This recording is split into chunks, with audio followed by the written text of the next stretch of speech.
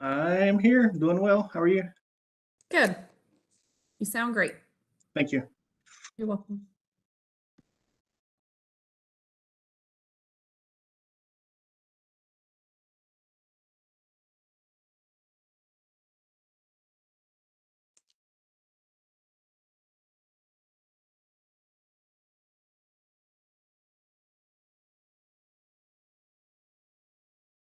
Hey, Mike, how are you? Good. How are you? Good.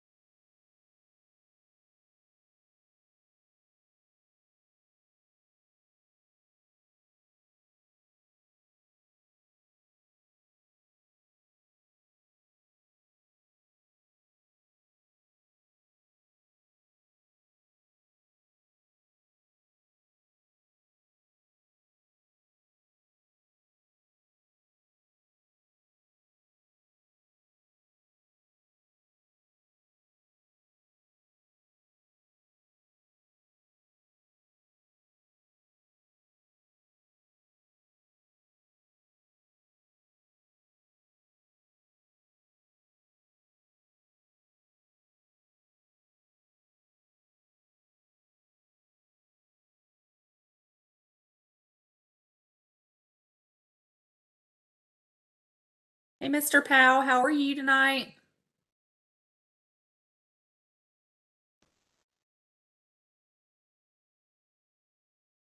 It looks like you're muted.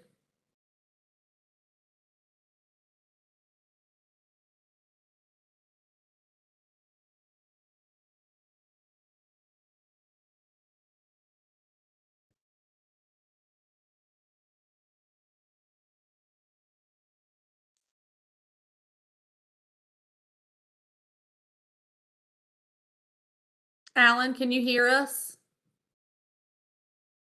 Yes, Great. I can hear you good. How are you? fine, thank you. Good. There you are.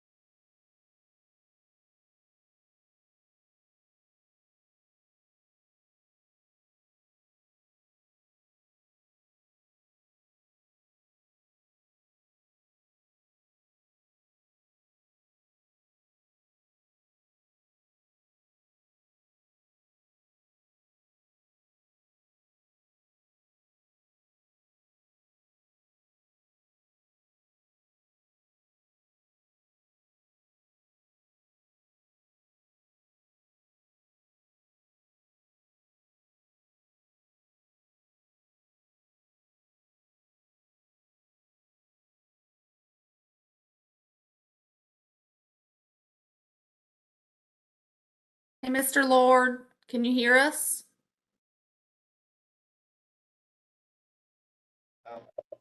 Can you hear me?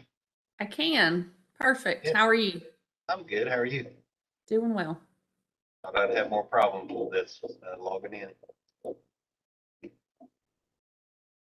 Glad it went well for you. We'll get started in just a few minutes. Do we need to, I guess, if anybody's getting any feedback, but mute our stuff until we're ready to talk? Yep, if you'll just keep yourself muted until it's time to talk. Okay. Thank you. Yep, goodbye. Hey, Hope, it's Jeff. I just want to make sure you can hear me. Hey, Jeff, I can hear you.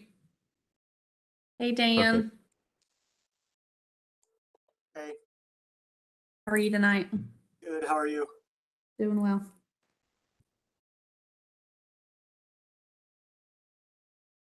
Hello, everyone.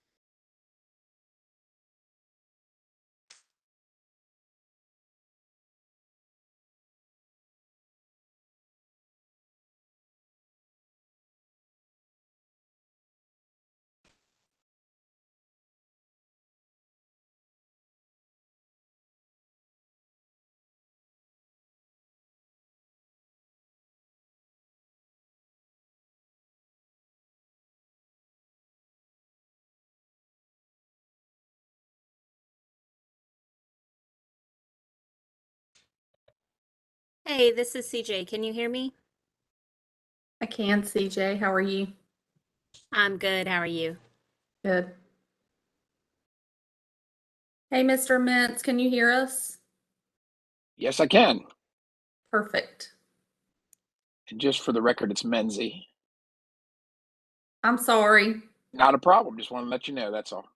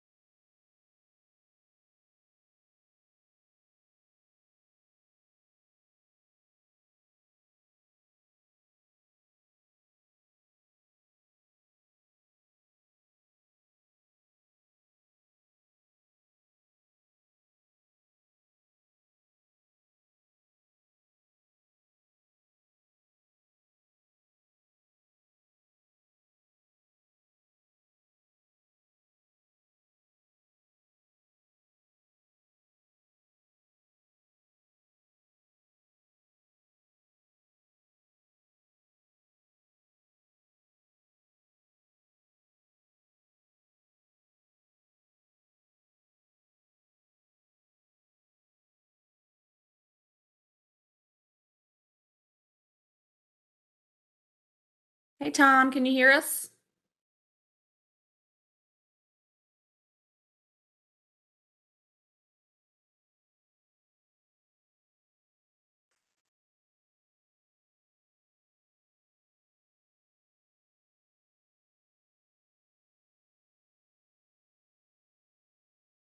Hey, Tom, it's Hope. Can you hear me? I can hear you now. How Perfect. about me? How are you? Doing great. Thank you. Hope everyone's doing good.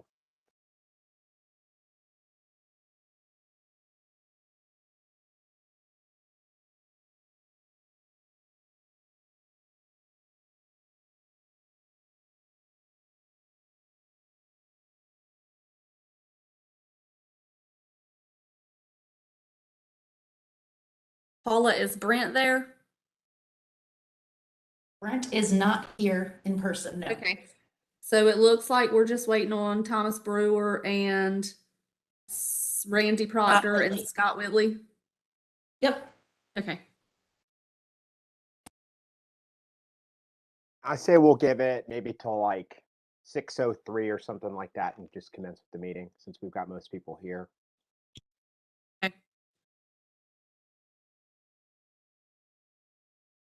And And Tom, you probably already know this, but just as a reminder, we do need to do the roll call vote tonight since we are virtual. Roll call for everything. Does that include minutes and? Yep, for the Okay. agenda and the minutes. Okay, Those great. should be the Thanks only for two reminding that. me. I would have forgot. Just for verbal confirmation, Brent Fulcher has just joined us here.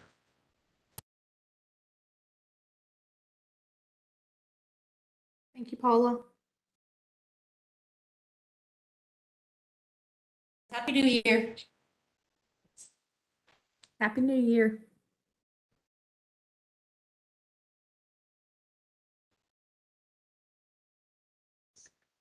So who are we missing now? We are missing Thomas Brewer, Randy Proctor, and Scott Whitley. Okay, we'll give it like 3 minutes.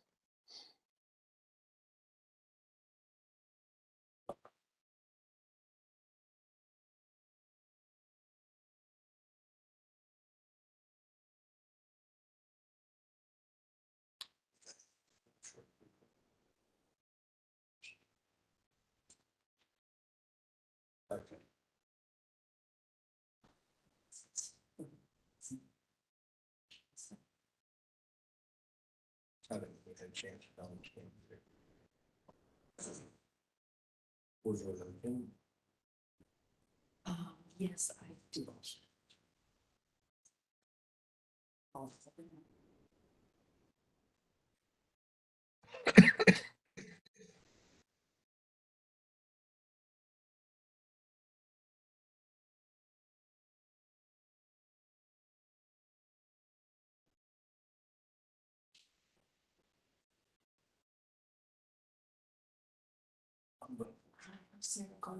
Nice to meet you. Congratulations on your commission.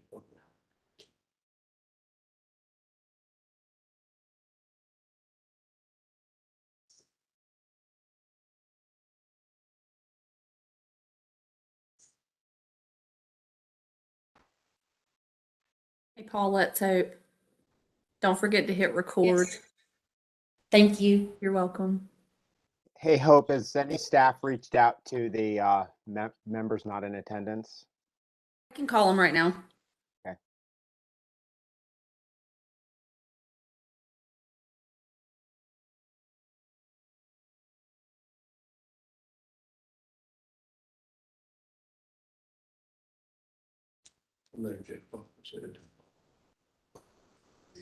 Kids at a ball game. Yes. Reached out a couple days ago. We had about 15 students over there from the. Okay. Yeah, he had emailed us and he wasn't able to make it tonight. Unfortunately. There had a couple lunch that had said they were gonna make it, but you know, things also come up, so.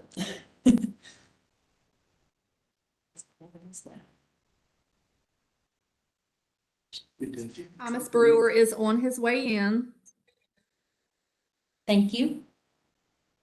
I'm where you sent me to meet them. Back to you.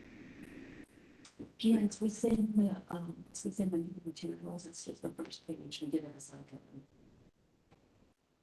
Got a it. sure, PDF. Is it just this cool? I got the schedule, yeah. No, within the materials, like the first page of that should have been the agenda. You may be able to get to it from some of that's. There's always on that website. Is that the agenda or is that just the schedule? Yeah, that's the agenda. I could take that. What day did you get it? Come from Paul? I did a screenshot of this from something. Okay. Can send it to you. Yes, yeah.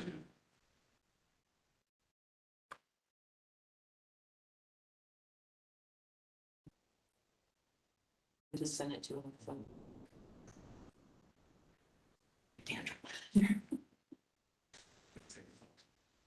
It's like the best thing ever.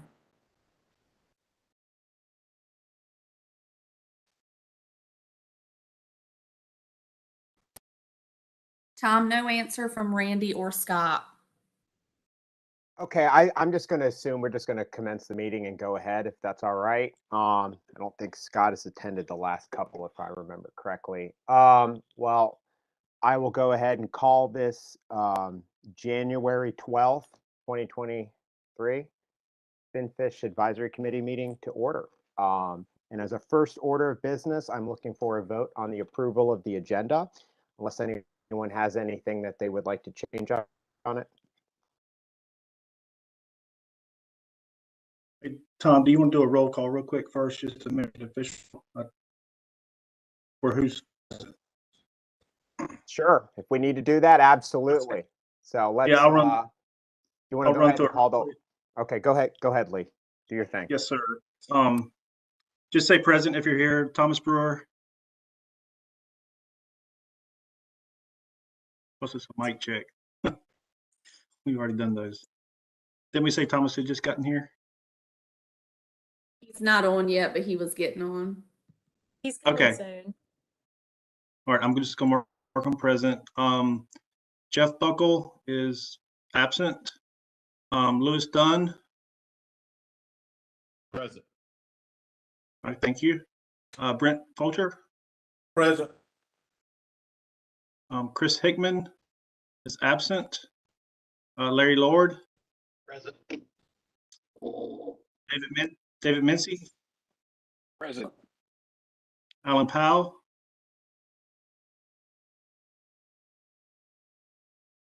Oh, he's here. Mr. Powell, you there? It looks like you're muted. There you go. Can you hear me? I can. Yep, we got you. Present. Sure, thank you. Randy Proctor.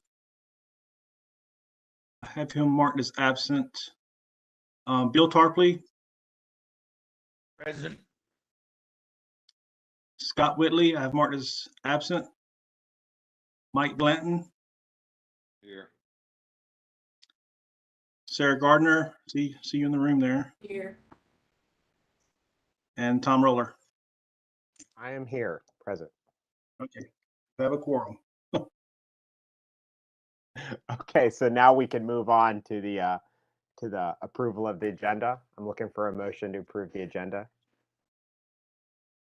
So moved is Mike Bland. Thank you, Mike. Do we have a second for that motion? A second. Thank you, Sarah. So now we will commence with a roll call vote on the approval of the agenda.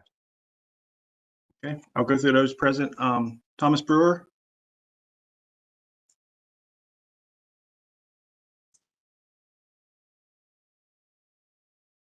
Mr. Brewer, can you hear me?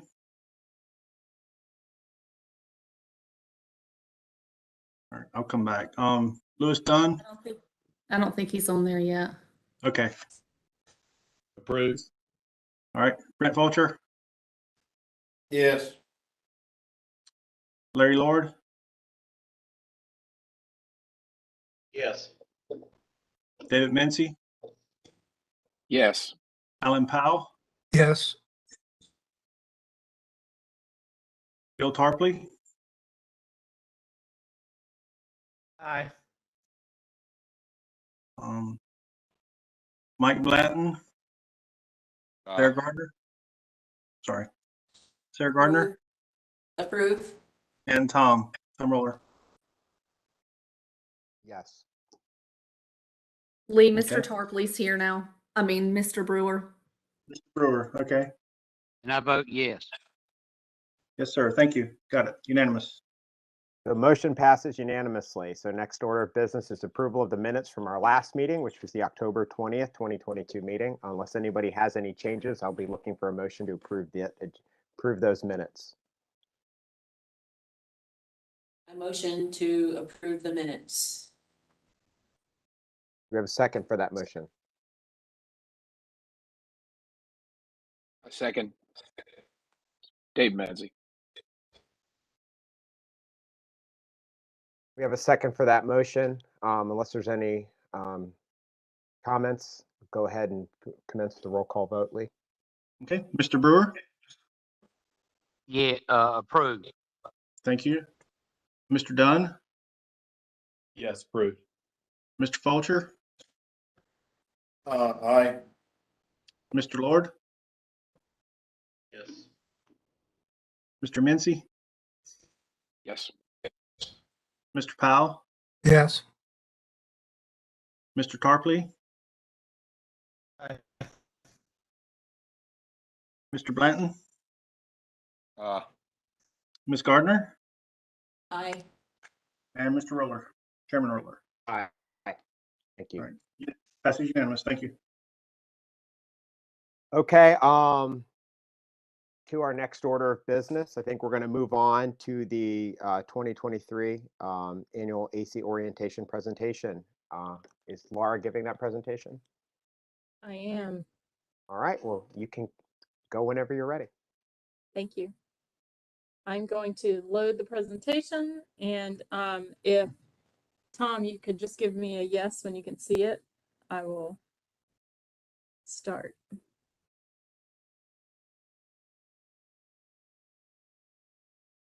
I guess you couldn't hear my thumbs up, but I can see it on the screen, so you're good. Thank you. No, I wasn't looking. All right. Okay. So, thank you, Tom. And so, as Tom said, my name is Laura Klavansky, and I am the Marine Fishery Commission liaison. First, I want to say welcome to all of our new advisors today, and also to welcome back all of you who are returning. Since tonight's meeting is only about 2 hours, we do have other business to get to. This will be pretty brief orientation, and it's going to focus primarily on the duties of the advisory committee. So my goal tonight is just to begin what will be an ongoing learning experience, hopefully for all of us. But we do have to begin somewhere. So tonight is with this overview of the duties, and then we'll look at what that looks like in the context of our annual meeting cycle. So while this will be quick, I do want you to know that myself and my staff in the Marine Fishery Commission office are available to all of you at any time to answer questions. So please feel free to reach out to us tonight or any other time as you continue to serve. Okay, so with that, I do want to very briefly touch on the fact that North Carolina is celebrating its 200th anniversary of fisheries management this year. So as you can imagine, a lot has changed in those 200 years. For our purposes today, I want to mention 2 dates in history, which are listed here on the screen. The first date is December of 1822. And at that time, the first fisheries legislation was passed here in North Carolina, and that was titled An Act to Prevent the Destruction of Oysters and Other Purposes. Just to drop that in history for you, in 1822, James Monroe was the 5th president of the United States, and the number of states had just increased to a big whopping 24 when Missouri was admitted the year before. So this first legislation was set gear restrictions. It established an oyster season. It created fines to deter non-resident oyster harvest, and it also prohibited the transport of oysters out of the state. So even way back in 1822, there were concerns about overharvest, specifically by out-of-state fishermen. So from this very early beginning, fisheries management in the state evolved from a focus on this single fishery to many different species and fisheries, and then to include regulation of the evolving commercial and recreational sectors. And this leads to the second point that I want to cover, which is 1997. And this was the year that the Fisheries Reform Act was passed, and it ushered in really a new way of managing fisheries in the state. So on the screen here, you can see a quote from the preamble of the Fisheries Reform Act, which says, "The General Assembly recognizes the need to protect our coastal fishery resources and to balance the commercial and recreational interests through better management of these resources." And this was a pretty remarkable cooperative effort by legislators, fisheries managers, scientists, and both commercial and recreational stakeholders. And it made many changes to the way the state managed fisheries, as I said before. So it did this by restructuring the Marine Fisheries Commission, including the establishment of the advisory committees. It mandated the development of fishery management and also coastal habitat protection plans, and it implemented a new licensing structure. So we do not have time tonight to talk about the full FRA and all of the things that it did. However, I do want to bring your attention to a single FRA statute. So this was included as a piece of the FRA, which is here on the screen, and that's NCAC 143B-289.57.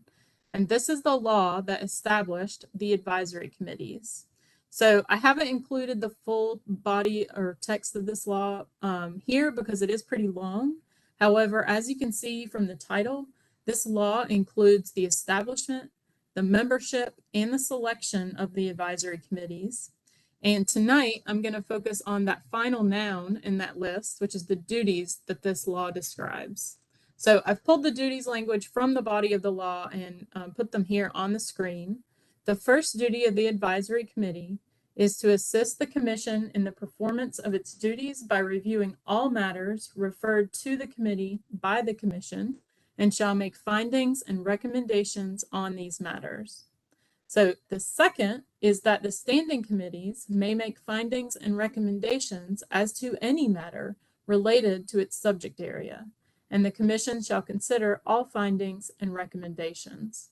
So now that we've read the language, let's look at what that looks like in action. So as I mentioned earlier, the FRA mandated two types of management plan. So the fishery management plans and the coastal habitat protection plan. And both of these are described in the statute, but they do differ in the way that they're developed and also their adoption. The CHIP is which is what we call the Coastal Habitat Protection Plan, is a collaborative process with two other commissions within the department. So while that's sort of a department plan, the fishery management plans are solely under the authority of the Marine Fisheries Commission. And the majority of the actions that are undertaken by the commission are associated with the processes that underlie these management plans. And what that means is that most of the action items that come before you, the advisory committees, are also from these same processes. So here on the screen, you don't have to read this, but I have up here is a simplified representation of the FMP process. So again, I'm going to focus on the FMP process because, as I said, it is the most frequent path by which the MFC refers matters to you. So here I've highlighted in orange the point in the FMP process at which the commission approves a draft FMP to come to the advisory committees as well as the general public. And that's for review of that plan. So this is the point in the formal FMP process where you fulfill that first duty that we discussed already. So while this represents that primary way by which you assist the commission in their duties, there are other opportunities for you to provide informal feedback to the division staff as plans are being developed, and also opportunities for you to refer matters to the commission. And this is covered under that second duty, which again, you can see here that the standing committees may make findings and recommendations as to any matter related to its subject area, and the commission shall consider all findings and recommendations. So for example, at these quarterly meetings, you'll receive updates from myself and staff on various issues, and this is mostly to keep you up to speed on commission business and provide an opportunity for you to ask questions and provide feedback to us or the commission at any point. An example of this is tonight's informal opportunity for you to discuss and provide comment on the DMF to the lead biologist at the division on the striped mullet supplement that's currently out for public review. So again, there's no specific referral from the commission in this case. Rather, it's an opportunity for you, the advisors, to provide thoughts or feedbacks to staff and the commission. So seeing this one little bar in this process may not seem like a lot. However, we currently have 13 FMPs, which are reviewed approximately every 5 years. And with the additional updates and discussions, this advisory committee calendar has the potential to fill up quite quickly. So to help coordinate all these moving pieces, we've developed an MFC work plan, which you can see here on the screen. I recognize that this is impossible to read, but I'm including it here not so you can review it in detail, but just so you know that it exists and that it's available to you. It's updated after each commission meeting, and it's included as part of the chairman's briefing materials for each meeting. So we use this as a tracking tool for monitoring the various work topics that the commission and the division are working on over a roughly 2-year period. And this can be really helpful if you're wondering, say, when is the clam and oyster F&P going to be coming for review by the ACs? So it's just a way to track those processes. I do recommend that you review this document at least once a year, so you have a sense of what might be coming up for your review in the near future. That way you can plan ahead in terms of preparation. So for example, you can listen into MFC discussions at their meetings. You have the opportunity to contact staff or review documents as they're released at various points in this process. So this is one tool that's available on the Division of Marine Fisheries website. However, there are many, many more. And this includes all of the MFC briefing materials, the recordings of all the meetings. There are DMF review documents that include the annual F&P reviews and the big book, which is the statistics report the division puts out every year. And so a lot of this, this material is available to you because as part of your duties in assisting the commission, being informed and staying up to speed on these various issues is very important. So I don't want to overwhelm you at this point, but I do want you to know that you have a plethora of resources available to you as you go through all these processes. And that gets me to the MFC office. So on the screen, you can see the list of the Marine Fishery Commission support staff. So 3 of us are housed within the Division of Marine Fisheries, and the MFC attorney, who is Philip Reynolds, is housed in the Department of Justice. And the in-house staff are myself, Paula Farnell, who is our program assistant, and Catherine Bloom, who is our rulemaking coordinator. And we are all available to you at any time for questions. If you have concerns, if there's something you're trying to find, we're the people you call. And specifically, Paula and I are really your primary points of contact. We are essentially your guides to the division and to the commission. So we're a good place to start, and we can generally get you where you're going. Speaking of Paula, I'm going to hand it over to her so she can introduce herself, and then I'll wrap us up. Everybody. I think most of you have heard from me. Many of you have not met me in person yet. Hopefully we'll get to do that in April. But thank you for those of you who are our new folks for bearing with me as we work on all of the fun paperwork you guys get to do when you come on board. But we will get through that. And as Laura said, just please feel free to reach out. Everyone should have my email address, my desk number, my cell number. You can call me or text me, just ask me any questions that you have. So I'm here to help. Do bear in mind that I'm a little new myself, so I may not always know the answer right away, but I will make sure that I find it for you. So I'm excited to at least virtually meet you guys. Thanks, Paula. Okay, and with that, as I said, there's a lot to cover and not a lot of time. So one of the items that's available on the website that we included in your meeting materials for this meeting was a presentation titled Stock Assessment 101. So hopefully you all had a chance to watch that. And if not, please feel free to watch it after. But we do have CJ Schlick here, who is one of our stock assessment scientists, and she is the one who put together that presentation. So we do have an opportunity to ask her questions. If you have any questions about stock assessment, you're welcome, CJ. Before we jump to questions for either me or CJ, after these January AC meetings, the MFC office will be sending out an overview of the year ahead, as well as links to the various information that we've referenced here. So please don't hesitate again to reach out if you have any questions. We are here to try to make this process as smooth as possible for you so that you can just focus on providing input to the commission. And with that, Tom, we can answer any questions that people might have, or we can move on. All right. Well, if anybody has any questions, the easiest way to do that is to use the little hand up item on your software right there. You'll see it below the list of participants, and I'll call on people in order. And this is a great opportunity to ask any question, right? Particularly on stock assessments.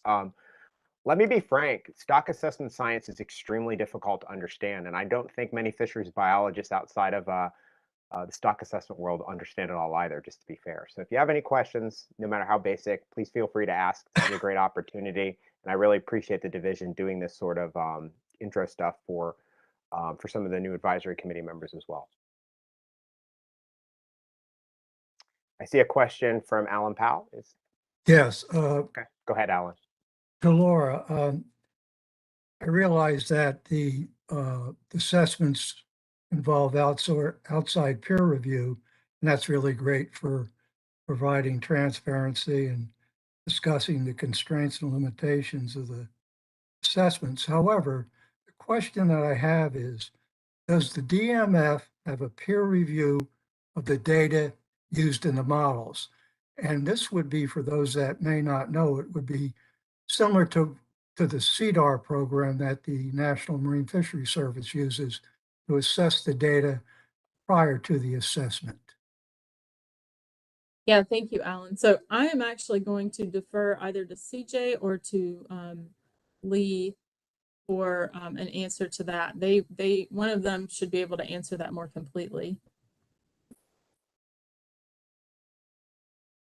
I don't mind taking a stab at it, and if I leave something out, CJ can jump in. But I mean, we do have a rigorous process of evaluating our data sets for appropriateness in the model, and we do that both internally through a data workshop that's set up similar to CDAR or some of the ASMSC type stock assessment reviews, and assessment workshops and data workshops. But usually in our terms of reference in the peer review, one of the terms is for the peer reviewers to evaluate the data and make sure it was used appropriately in the stock assessment as well. And one of the things they do is they look at the different data sources that are available, how we use them, the different analysis we did through the surveys. And so they do make recommendations on that and the appropriateness of how they were using the model. So. Thank you, Steve.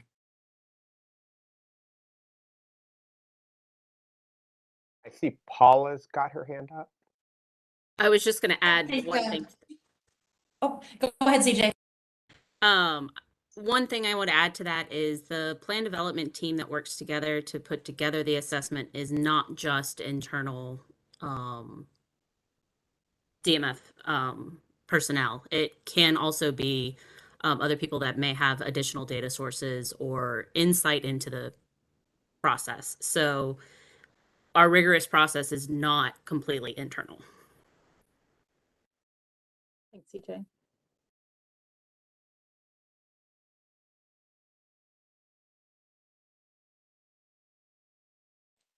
We're good on our end.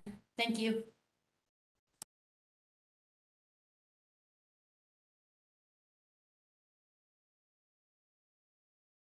we have any other questions? I'm not seeing any other hands up at the current time.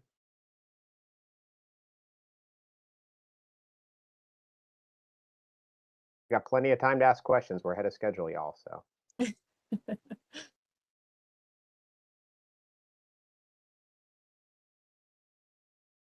I'm going to make you sit here for another minute before we move on. Well, and I'll say, you know, a lot of this, you may not have questions until you start to read about it more or you get into a specific issue. So at any point, we're always available to ask or to answer questions. And also, as we go forward in any of these processes, I would highly encourage members to look back at the video provided, because that gives a really good overview. And keep in mind, particularly when we look at the assessments, it's okay to not understand it. It's really complicated stuff. So, use these resources if you have questions.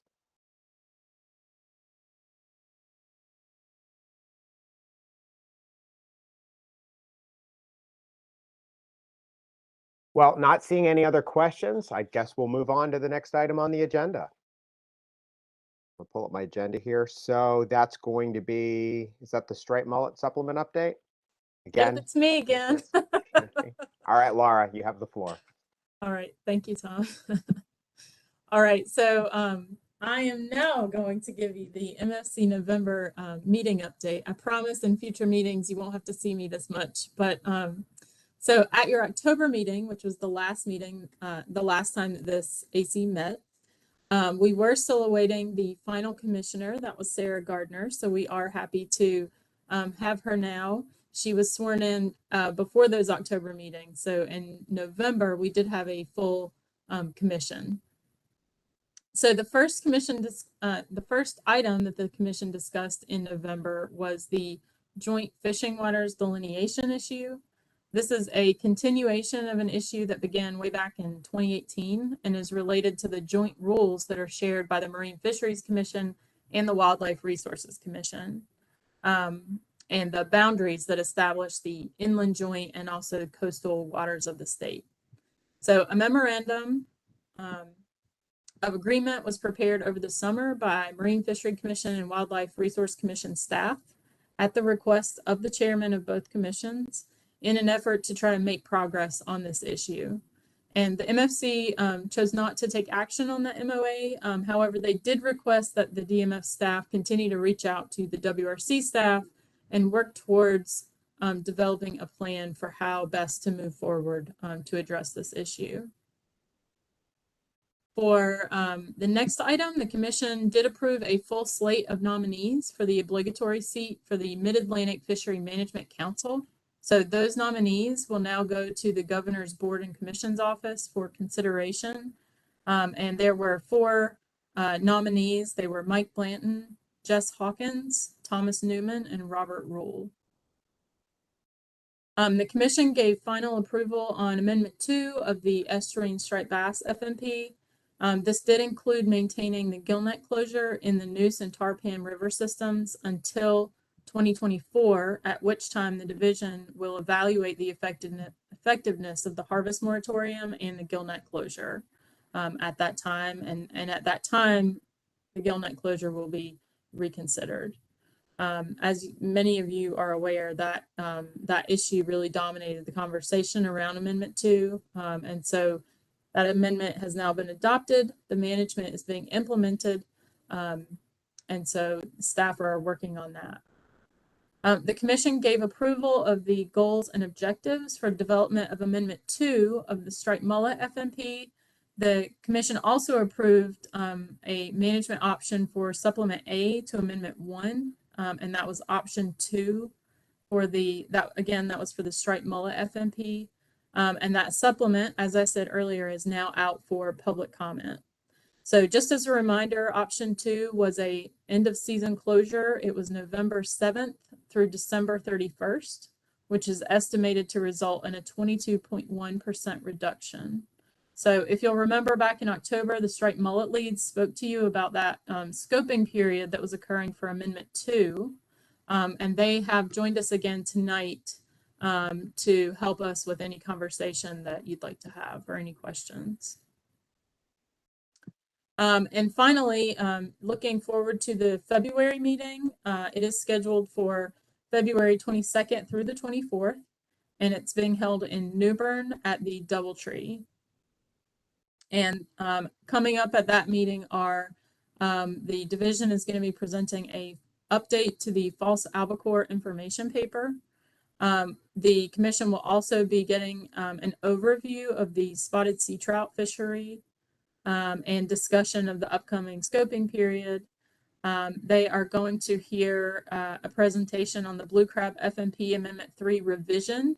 That revision was done to update the Diamondback terrapin excluder devices that are part of the adaptive management in that plan. Striped Mullet Amendment 1 supplement. they commission will be reviewing the public comment that they receive, that they're receiving now, and then they are going to be voting on final approval of that management. And then finally, there are some rulemaking items that are up for final approval. Those are related to marinas. And also of interest here maybe is the mutilated finfish rule. That's going to be coming for final approval. And just as a note, that mutilated finfish rule, the commission will give final approval, and it will then move into the into RRC review, and that is subject to legislative review, so it will not become effective until I believe 2024. So we still have a ways to go on that one. And so with that, I am happy to answer any questions. And also, if the group would like to ask any questions specifically or give comment about the striped mullet supplement and the option that was selected, Dan and Jeff are both here tonight.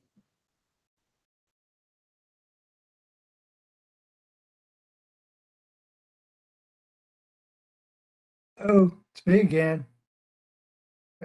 I hit the, Is that Yeah. Alan? yeah, I hit the Okay, button. you got- Is it working? Do you have a question? Yes, I do. Okay, well, go ahead. Laura, at the February MFC meeting, are they going to be voting on the supplement?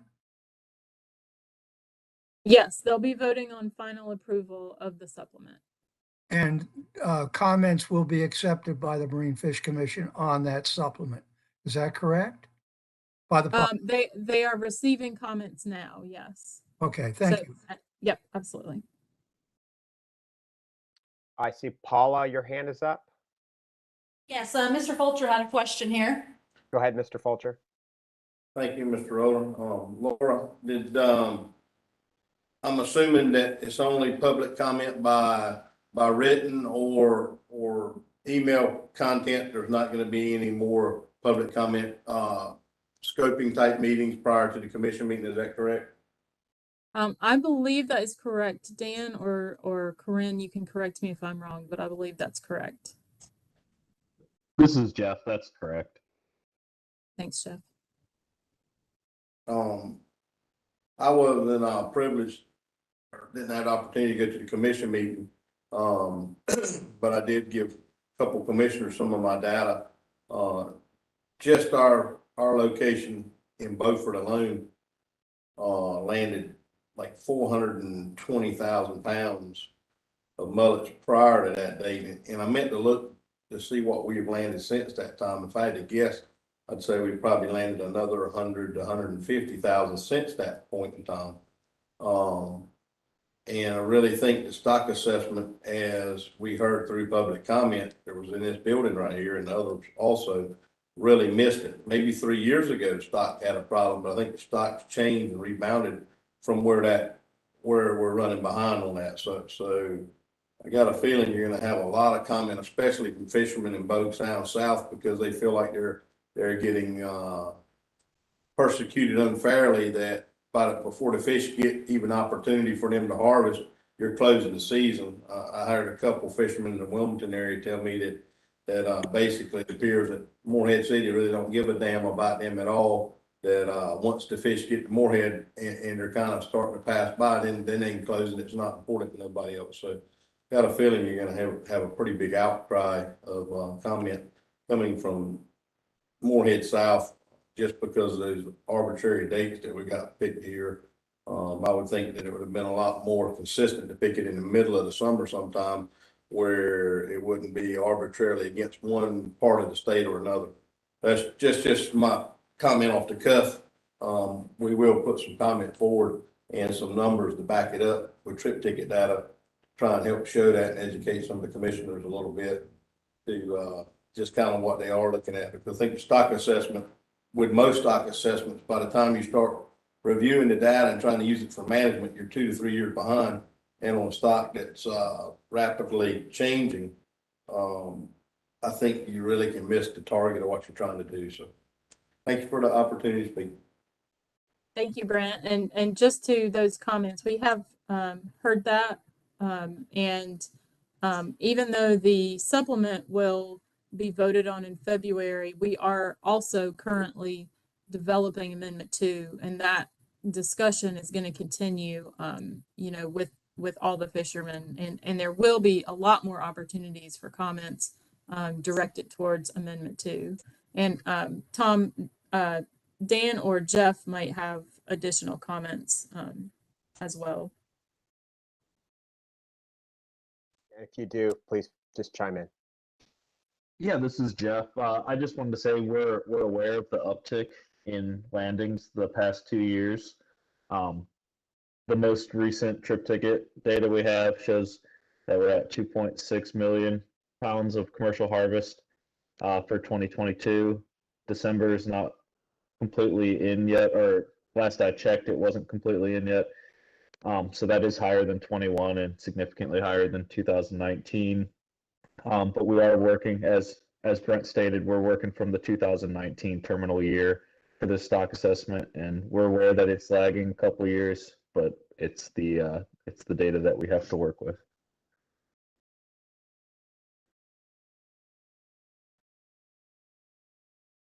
Thank you, Jeff. And I think it's fair to point out that that's kind of the issue with all stock assessments, right? So, Alan, I see your hand is still up. Do you have a comment? I got to get my hand down. How do I do that? Just click it again. Paula, is your hand up again? Yes, Mr. Fulcher had another comment. Go ahead, Mr. Fulcher. So Jeff, I appreciate your comment there, but you're not exactly right. With a species like striped mullet that's predominantly harvested commercially, very little recreational harvest, you do have something that's even, in my mind, even more important than the stock assessment. You actually got actual true landings through trip ticket data that you just referred to that shows the landings from the previous 2 years since the stock assessment. That's probably more valuable information for management than the stock assessment itself, in my opinion, because it actually shows real landings and real fish as opposed to estimates and extrapolation and things that you can't always quantify.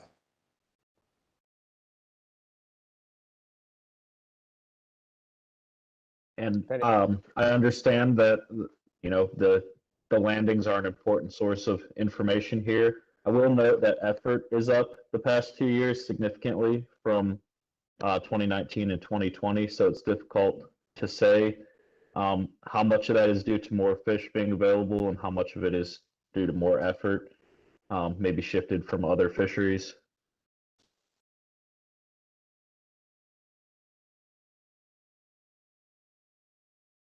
I think that some of your sampling is going to show that you can pretty much discount a lot of that, because I think the average size of the fish have changed so much in the past year or so that that your stock is rebounded, and your age frequency or your age ranges inside that stock has probably changed an awful lot by the amount of large fish, especially large male fish, that we've seen over the past year. But anyway, that's a conversation for, you know, we can beat this horse to death, but you know, we can kind of move on from that. And Brent, if I just have one more thing for you, is in the upcoming commission meeting, we will be presenting a fishery characterization presentation to the commission, and that'll go a little more in depth on those landings and effort and kind of describing the fishery a little better. But in our program 915 sampling, we did see an uptick in abundance in 2021. We just don't have 2022 available yet. How about, did it relate or correlate kind of along with what I was saying with your age class of different year class fish, your age expanding in some of your older class fish? I can't speak to that right now. Dan might have some information on that if he's available. Yeah, we haven't looked at the age data for 2022 yet, but at least in 2021, typically what is landed in the commercial fishery is the age 2 fish. That's pretty much what we saw in 2021. There was some older fish, but generally the commercial fishery, all of those fish are age 2.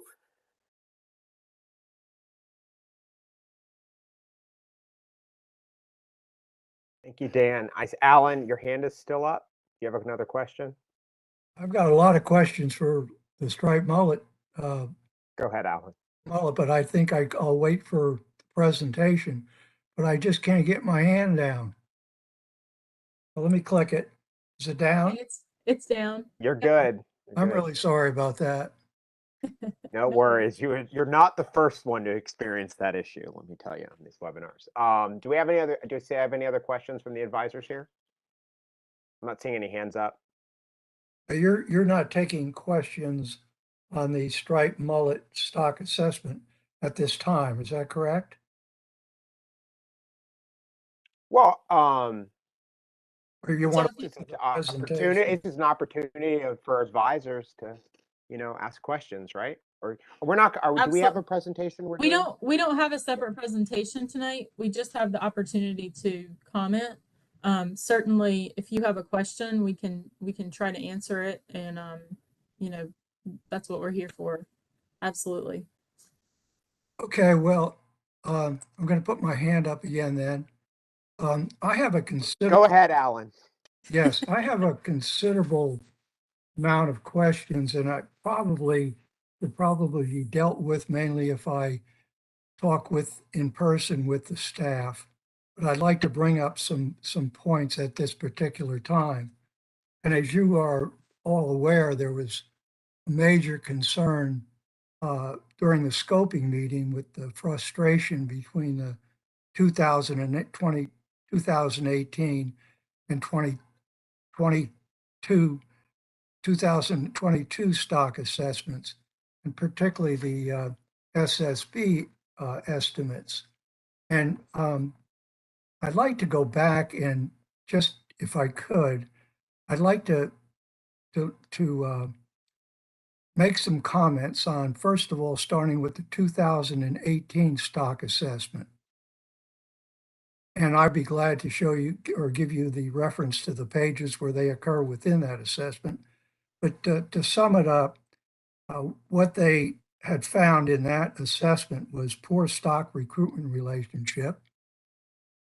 There was a lack of time series data.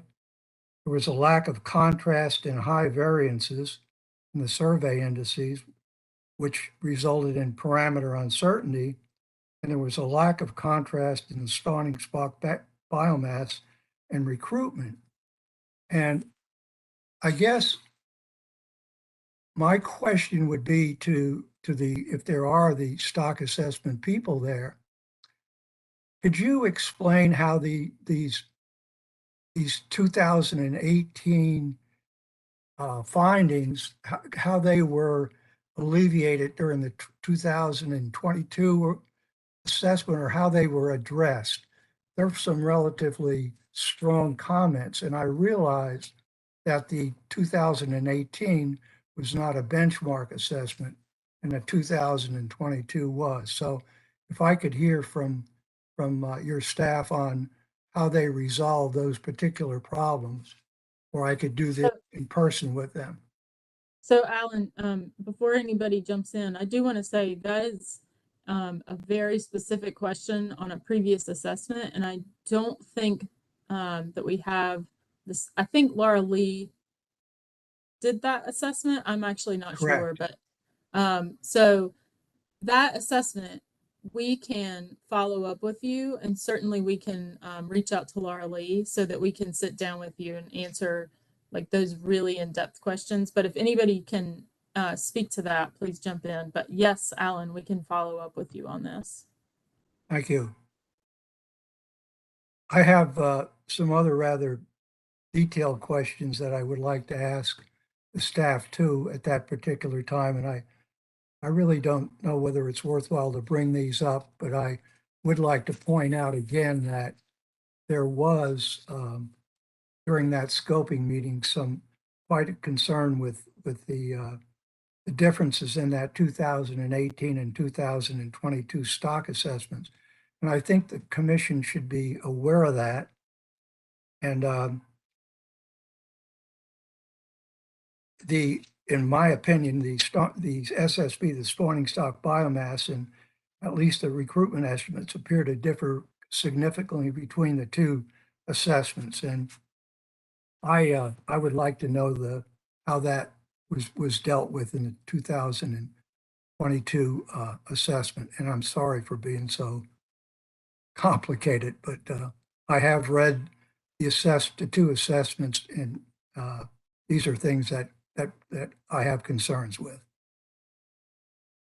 Hey, Thanks, Alan, this is Jeff. I think Dan and I and Laura would all be happy to sit down with you and discuss this more in depth. Today, I think it was more about discussing the supplement and the options that were selected by the Marine Fisheries Commission at their previous meeting. That's what the comment was out for.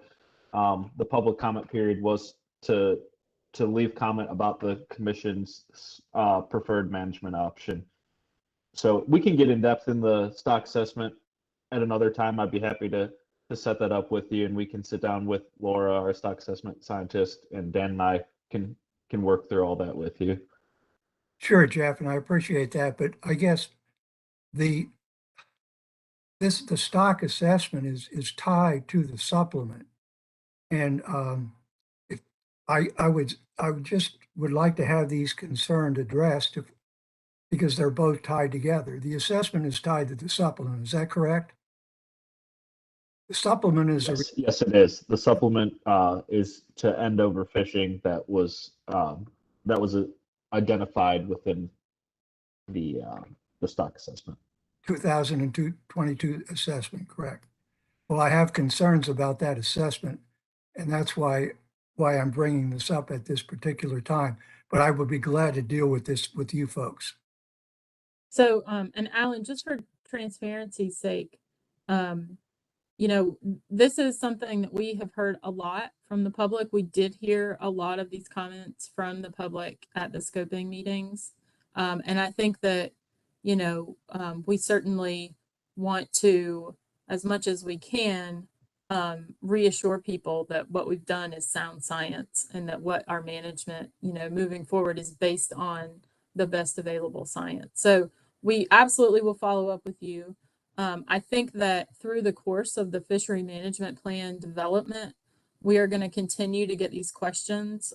One of the issues that came up, you know, at the last commission meeting was discussion of the characterization of that fishery. And so Dan and Jeff are going to be giving a presentation to the commission about that. So I think that, you know, I think that in the division, we're going to have to figure out how to discuss this in a way that the public can really get their mind around it, because a lot of the things that, you know, I think you've read the assessments, and I know you've been in fisheries management, you know, this world for a long time. And so I think that a lot of these concepts are really complicated. It's difficult to understand. But I do think it's important, and I do think you're right that we need to address those. And I think we can address those with you, and maybe through, you know, our discussions with you, we can work on how to talk to the ACs about it more effectively, and also just to the general public. So maybe this could be an item that we follow up on at your April meeting, if that is something that you're interested in. It would sort of be more of a verbal response at that time, and maybe you could give your impression following, you know, our discussions with you and the other staff. I don't know if you'd be interested in that. Well, if you're interested in the advice of an octogenarian biologist, I'd be glad to do that. And I appreciate that. Thank you so much. Absolutely. Well, I think I'd that like to it's see those- important that I'd we like to see respond, those so. those things reconciled, those differences between the assessments reconciled. Yeah, absolutely. And I have some other comments, but again, they're not dealing with the supplement, so I won't bother you folks with that at this particular time. Thank you, Alan, and thank you for your comments. We know you have a lot of expertise in this field. You've had a long career in fisheries. But, back to the comments regarding the supplement, that's, would be really helpful here if advisors have anything that they would like to add or any concerns or observations or any questions they have regarding the supplement. And if anybody has any questions on that, I'd be happy to call on you. Just put your hand up.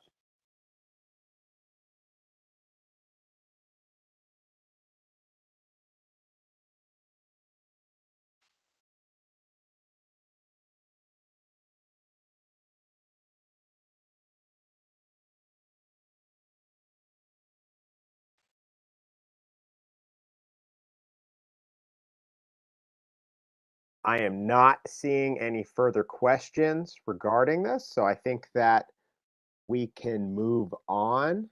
Our next order of business, I guess, would be public comment. Is there anybody from the public we have here to comment? Is there anybody in the room? We do have someone online with us who had registered to provide public comment, Tom. If Okay. you give me just a second here, I will make sure he is unmuted. Okay, and just a reminder for them to introduce themselves and say where they're from, and I'm going to allow for 3 minutes of comment. Mr. Adam, this is your chance to provide your public comment. Thank you. My name's Al Adam, and I'm here to get some education from you folks. Dan Saff was very helpful in a brief meeting I had with him in Washington. I appreciated that. I have some questions. I'm president of North Carolina Beach Buggy Association, which doesn't say anything about who we are. We're about resource protection on the beaches and access.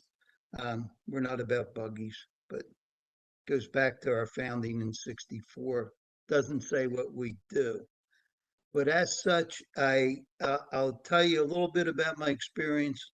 64 years in Pennsylvania. I was basically a Jersey fisherman and North Carolina when I could get down here.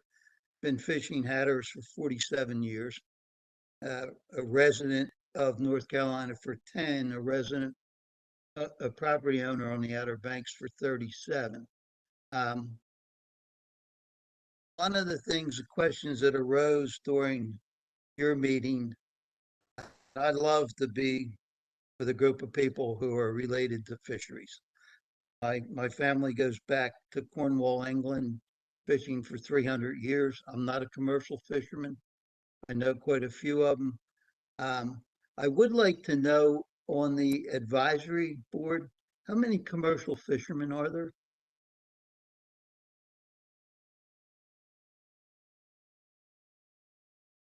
Just and Mr. Adam, typically with public comment, it's time for you to give comment from the public to the advisory committee.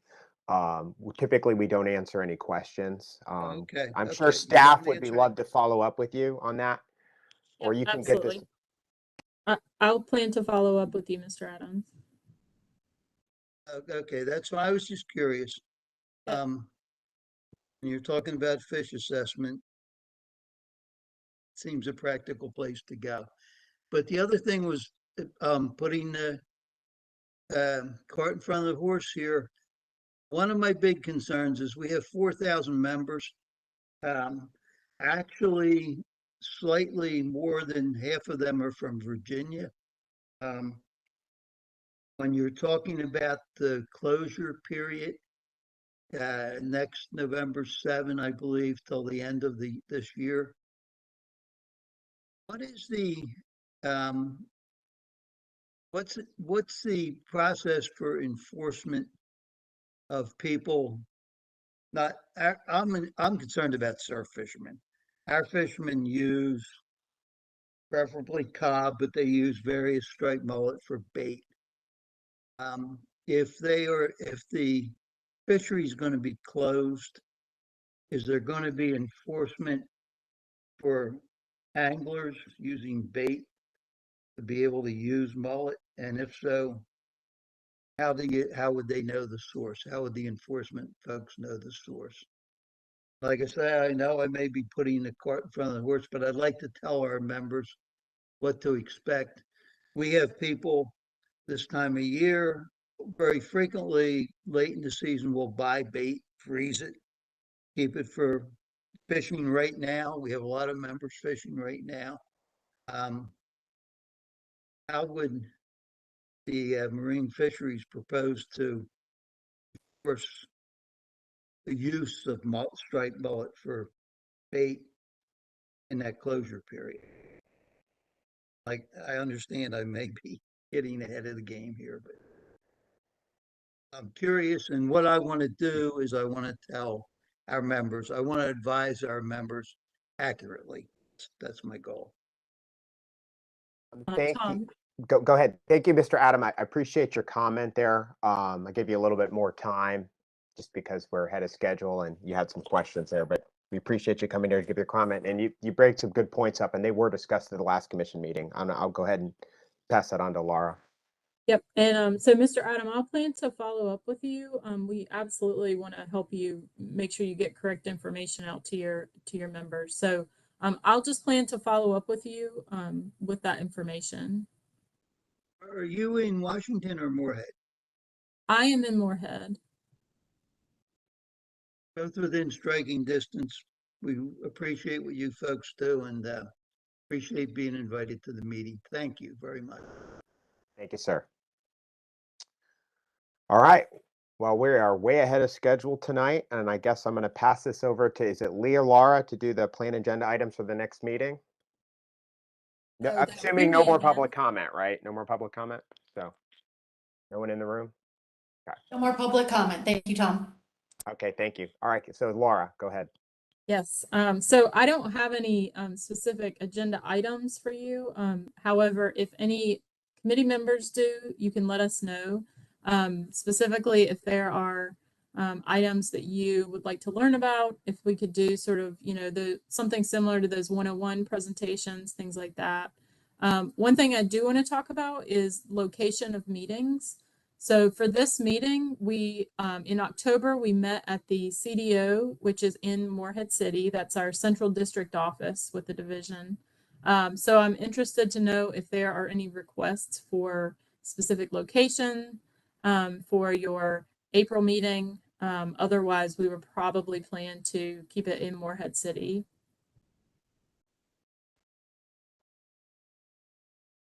I'd like to stay more here than opposed to Washington. That was Mr. Fulcher. He prefers Moorhead over Washington. Okay. Or I prefer Washington over Moorhead. This is Mike Bland. Thanks, Mike. And that wasn't a dig at Brett, but he understands why, I'm sure. Well, and what the other committees have decided to do is to split the meeting, the in-person meeting. So for example, the Northern AC has requested to meet in Washington in April and then in Manteo in October. And the Southern AC is actually planning to meet in, I believe, Moorhead in April and then in Wilmington in October. So we can certainly split it if that's the preference, where we basically will meet in Moorhead in April and then go to Washington in October.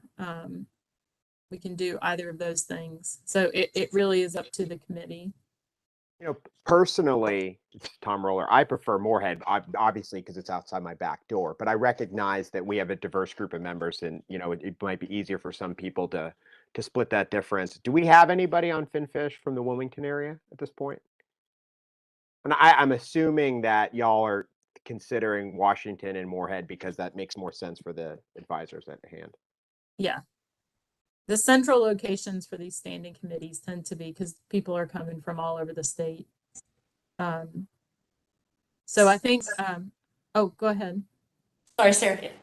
Could you maybe set up a, whether it's in Moorhead or Washington, set up maybe one or two public comment viewing areas like this facility is being used for tonight, like one possibly in Manteo? So for setting up listening stations, we might be able to do that. I don't know if we'll have enough staff to cover 2 locations. However, all of our meetings will have a virtual option. So if we meet in Moorhead and Mike can't make it because it's, a 5-hour drive for him, then he can join virtually. So all of the advisors have the option to attend virtually for all of the meetings, and the in-person, so that way we can accommodate people who are, so they don't have to drive quite so far. Thank you. Mm-hmm. And, I'm good with whatever the committee decides. If people want to split it, there's, desire for that. I think that's great. I mean, it's probably just more important, whoever's chairing the meeting at that time, probably, be in person would be my suggestion. Yep. We've got another comment from Mr. Fulcher, guys. So I'm good with the meeting being anywhere, but wherever it's at, I just hope we get as much in-person attendance as possible. Because I think for us to get the deliberation, actually get the work done we're tasked with, it's very difficult trying to get it done through webinar. I understand that that's kind of some of the times that we're in now, but sitting on federal commissions and also the state one, it is very tiring trying to get through a meeting that's, and a hybrid meeting's a little bit better than the straight one, but the in-person is the best way as far as my opinion. So I'm willing to drive if people are willing to go. All right, so I think what I'll do is review the meetings that we have set up with the other committees, and also look at the different locations that people are going to be traveling, and I'll send out an update as a follow-up item, if that works. I think that works, Laura. So do we have any more other comments from anybody there? Or do you have more to present on, Laura? Nope, that's all I Hands have. up. All right, well, Alan, your hand's been up the whole time, in all fairness, so I know it makes it a little difficult, but go ahead, my friend. Okay, thanks. I'd just like to address this to Steve Poland and ask him if he is amenable to meeting with me sometime in the near future. And I'd be glad to give him a call tomorrow and set up a meeting if that's appropriate for him. Hey, Alan, yeah, anytime. Just give me a call, and our schedules work. I'm more than happy to meet with you. Okay, and in terms of the meeting place, it's a struggle for me down east to get into Morehead City. So I was wondering if you folks might consider Yogi's store over in Marshallburg for one of our meetings. That's perfectly fine with me. I don't make it over the big bridge much, but I can make a trip. Okay. Good luck, you guys.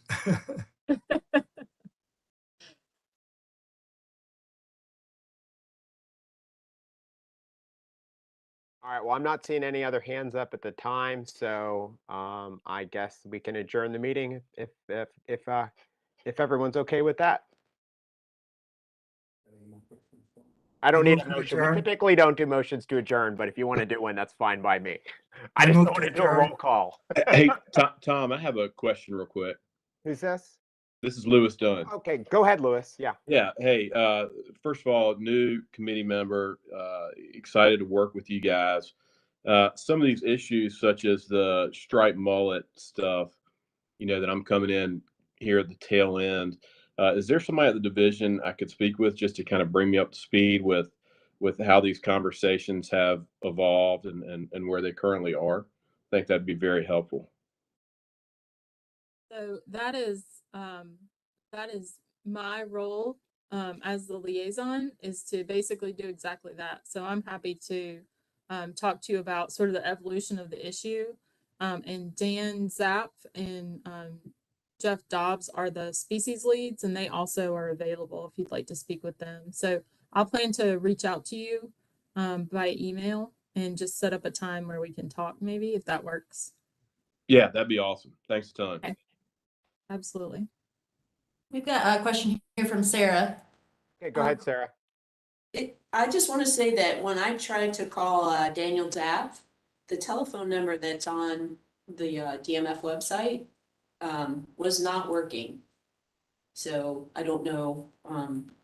I'll talk to Paula after this is over. But Thank you, Sarah. We'll check into it. that's it. Well, many of us have had that problem with DMF numbers. Things change. Laura knows that with me Yeah. anyway, so. All right, do we have any other questions? Seeing none, I will adjourn this January meeting of the Finfish Committee. Thank you, everybody, for being here, and thank you for your participation. Thanks, everybody. Good night, everybody. Good night. Good night. Thanks, Thanks. everybody. Have a great night. Thank y'all.